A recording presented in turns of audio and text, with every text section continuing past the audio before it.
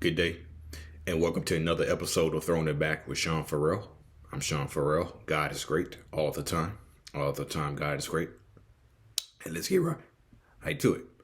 So today is topic is Grant Hill. Okay, one of the best college players, and early on one of the best NBA players in the league. So of course, we all knew Grant Hill was born in Dallas. His dad was a two-time All-Pro for the Dallas Cowboys, and born in Dallas, grew up in Virginia. Grant Hill did. Went to South Lakes High School and was named Mr. Basketball in the state of Virginia in 1990. And so he was looking at Georgetown, North Carolina, and Duke. Okay, but Georgetown put him through some kind of test that he didn't appreciate, so he passed on Georgetown. And North Carolina at the time had Rick Fox and Pete Chilcutt and George Lynch, so there was a log jam there at North Carolina. All of them future NBA players. And so he chose Duke because Danny Ferry had left in 1989, and Allah Abdul-Nabi had left for the NBA in 1990. Okay, so you got to remember Duke was blown out by 30 in the national championship game in 1990, and so 1991, you got the freshman Hill, you got Christian Laettner, Bobby Hurley, Brian Davis, and of course you have Coach K. And they come back and they upset UNLV, who did not have the perfect season in college. Okay, and so 1992, we all know about the about Grant Hill's football pass to Christian Laettner that won the game against Kentucky, 104-102 victory. And just a little side note, everybody remembers Christian Laettner taking his foot and tapping the Kentucky player. I can't remember his name, but we all remember that. Grant Hill actually missed a few games in his junior season because he had because he broke his toe. And not only that, he also suffered an injury in the NCAA tournament when he landed hard on his back. So he was slowed by that. So he was slowed by a few injuries in 1993. Had his best season in 1994. And I remember, well, no. I don't remember hearing much college basketball. I remember. But in his senior season, I know they played Purdue in the NCAA tournament. And playing against future first-round draft pick Glenn Robinson held him to 6 for 22 shooting and only 13 points. Okay. So, then, of course, the NBA draft comes up, and I believe it was Grant Hill, Jason Kidd, and I believe it was Glenn Robinson, Jason Kidd, and Grant Hill in that particular order, right there. Okay, if I'm not mistaken.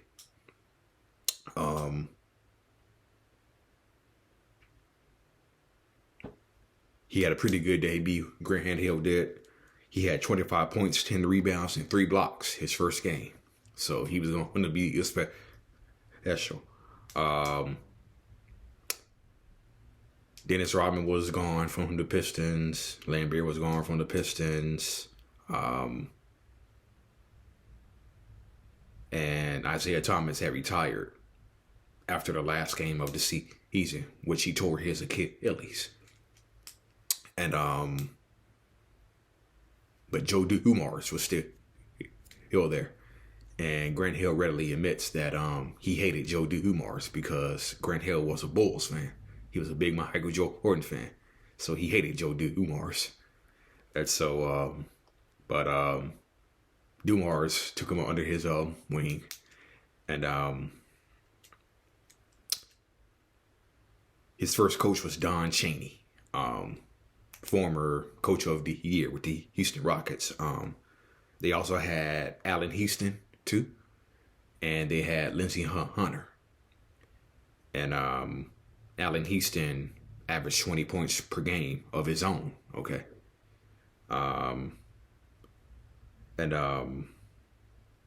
Grant Hill had 5 double-doubles his rookie season. And he had 1 triple-double against the Orlando Magic, when he had 21 points, 10 rebounds, and 7 assists. Okay. And co-rookie of the year with Jason Kidd. Pistons were still terrible, finishing with a 28-54 record. And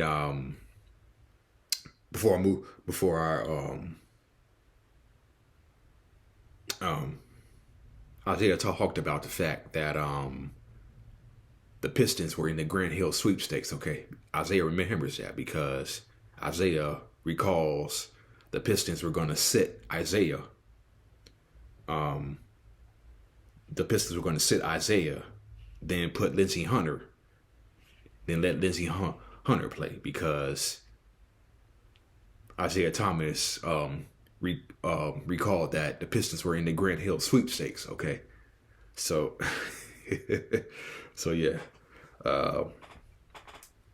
So 1996 comes about, and Pistons made some changes. They bought in Doug Collins. Theo Ratliff was drafted. They traded for Otis Thorpe. And this season, 1996, Grant Hill had 34 double-doubles, 10 triple-doubles, finished in the top 10 in MVP voting. The Pistons were not a good offensive team, believe it or not. They were like in the bottom of the league and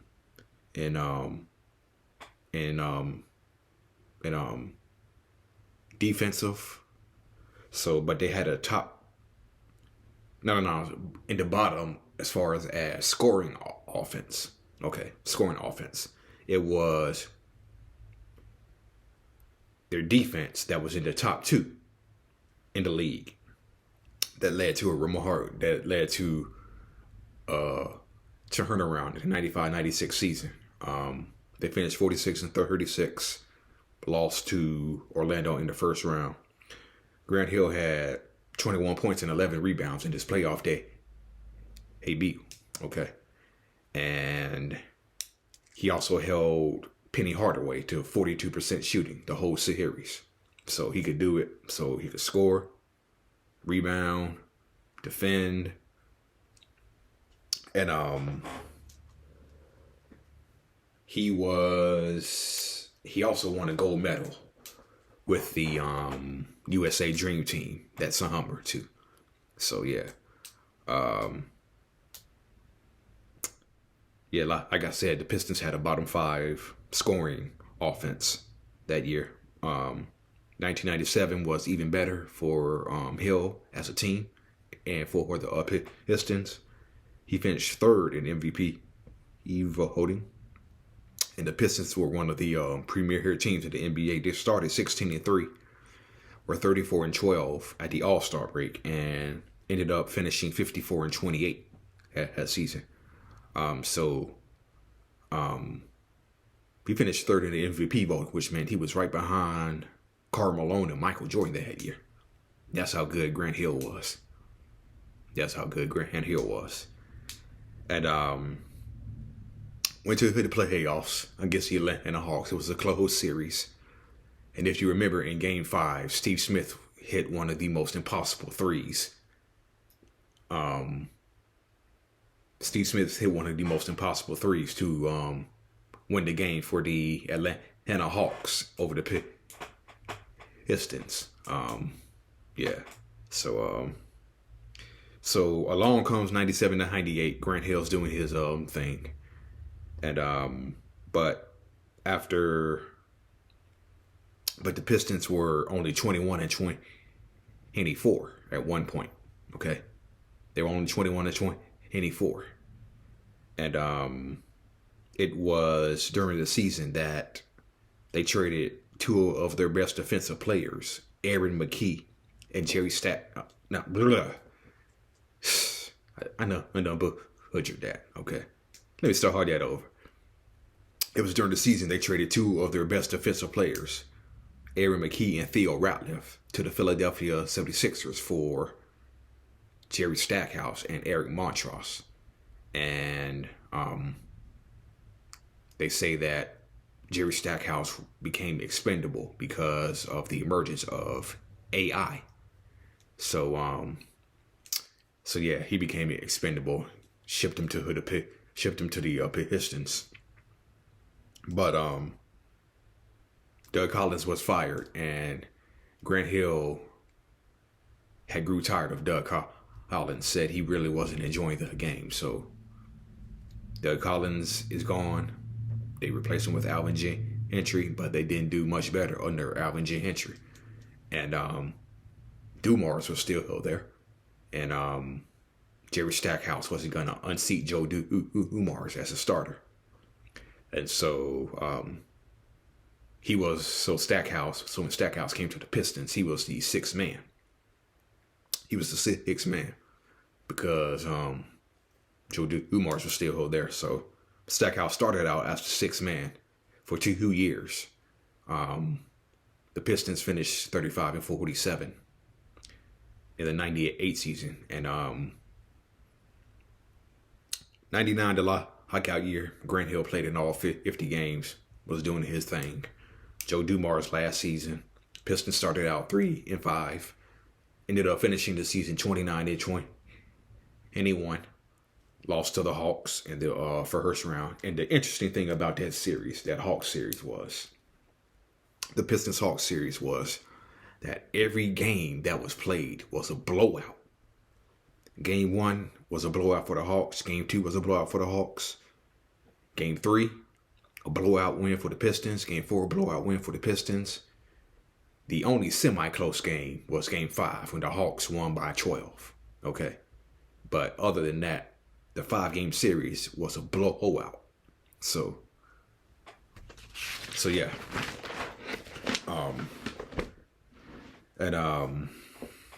So 2000 comes about. Joe Dumars is no longer there, and Jerry Stackhouse is starting.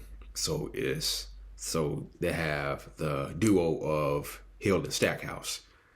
Grant Hill averaged nearly 26 points per game and had 4 games with over 40 points.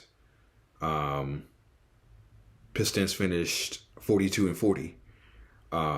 They actually fired Alvin Gentry during the year. Then replaced him with George Irvine. For the first time since Grant Hill was there, they had a top 2 scoring offense, the Pistons did. But they had a bottom 5 defense. Okay. So one of the main reasons why they finished 42 and 40. He had a bone bruise that forced him to miss the final 3 games of the season. And then, of course, he felt something pop in his ankle during the playoffs. And that was the start right there. That was the start right there. But nonetheless, Grant Hill had a clause in his contract that say he could opt out. So the Orlando Magic signed Tracy McGrady, and he signed Grant Hill. Now, I forgot this even occurred. Now, I didn't even remember this, but not only did the Magic get McGrady and Hill, they were also gonna acquire Tim Duncan as well. But Doc Rivers had a rule that players' wives could not fly on the plane. So Duncan stayed in San Antonio. And that would have been the first super team with Hill, Duncan, and McGrady. And if that team had gotten together, I would say 2 championships. At most. 2 championships. At most. And they would have given the Los Angeles Lakers a strong run for their money. Yes. But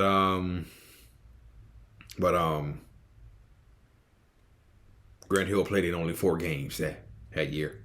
But he was still voted an all-star starter, despite the fact he missed 78 games that year. And so he was still voted an all-star. 2002 started okay. 14 of the first 15 games he played in, and he started. He played in the first 15 games, and he started 14 of them. Then got shut down. 2003, he played in 29 games, and got injured again. Then it was discovered that during the simple procedure he was having on his foot,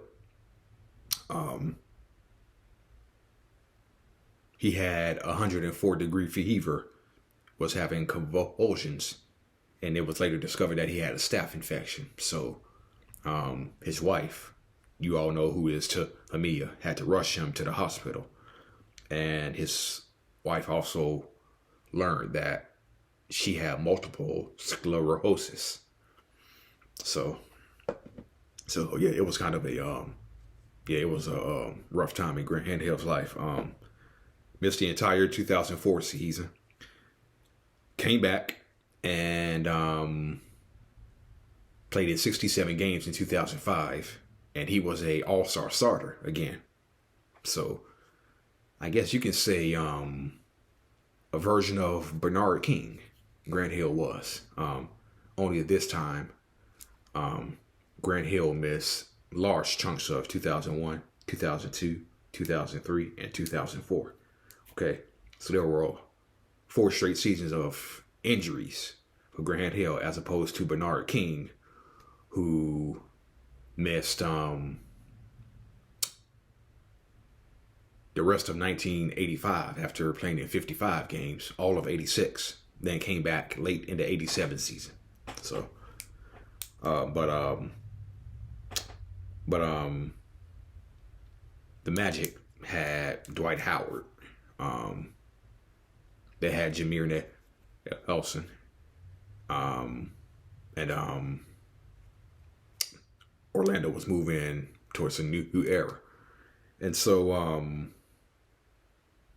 he did play with Dwight Howard. He played with Dwight Howard. Grant Hill did. The Magic made one last appearance in the playoffs, I believe, in 2006, where they faced the Pistons, Grant Hill's old team, and they got swept by the Pistons in the first round. And so the Magic didn't re-sign him after the 2007 season, his last season in Orlando. Went to Phoenix, where he played with Steve Nash, and Mike D'Antoni was the coach. And so he was playing on a contender, but Grant Hill, in all his years with the Pistons and Magic, never made it out of the first round. And the Suns lost to the Spurs in the first round of the 2008 playoffs. Okay. And Grant Hill came back for 2009. Incredibly, this was the only year he played in 82 games. He was healthy all of 2009, played in all 82 games. This might be the only time I remember where the Suns finished 46 and 36, who were 10 games above 500 and did not make the playoffs. Okay. Go That's how good the West was back then. That's how good. That's just how good the West was back then. And so 2010 is where he went the farthest. Okay, with when the Suns advanced to the Western Conference Finals against the defending champion Lakers. Lost in 6 games. Grant Hill again played in 80 plus games, 2011. But the Suns were, aging at that point and finished 40 and 42 in 2011. Then the lockout happened in the off season, which was 66 games for the 2012 season. Grant Hill played in 49 of them. Suffered a no. I'm talking about 20. Okay. In 2011, the Suns finished 40 and 42. Okay. So, but in 2012, he signed with the Clippers. But the lockout had reduced the season to 66 games. Okay, and he had suffered a knee bruise early on, and he came off the bench for the first time in his career. Didn't see much action, and retired after a season. But Grant Hill just kept coming back. He just kept working his way back each year. This dude just kept working his way back each year, and he never gave up.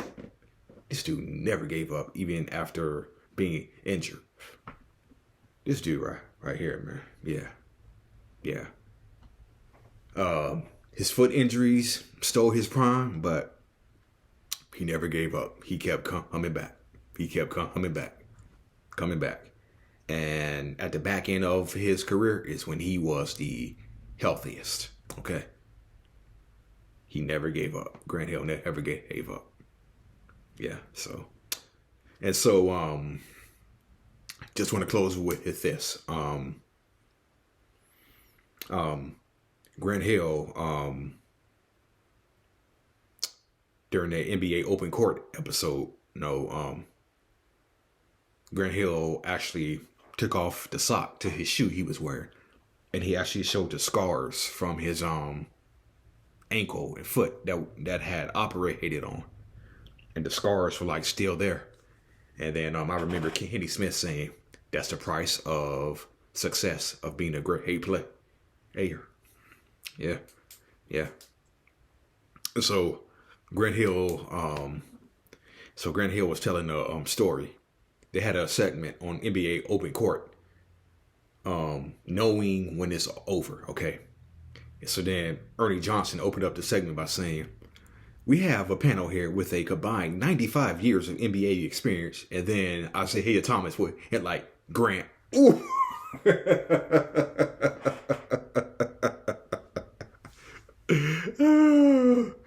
Anyway, so Ernie Johnson said, what do you know? When did you know that it was over for you, Grant? And Grant Hill said, last year in the playoffs. Last year in the playoffs. Hadn't played 10 games going into the playoffs. I'm in the layup line. I'm warming up. They played the Grizzlies. They lost to the Grizzlies in the first round in 2012. So Grant Hill recalled he was going through the layup line, okay? He said, I'm excited. I'm going through the layup line and whatnot. He said, I didn't play, but at the end of the game, my knees hurt. So when the series is over, I get an MRI that shows that I suffered a torn meniscus in my knee. So when you hurt yourself in the layup line, it might be time to quit. So yeah. All right. Grant Hill, the guy who never gave up and kept on coming back. That's it for Throwing It Back with Sean Farrell. I am Sean Farrell. Out of here. Peace out. God bless.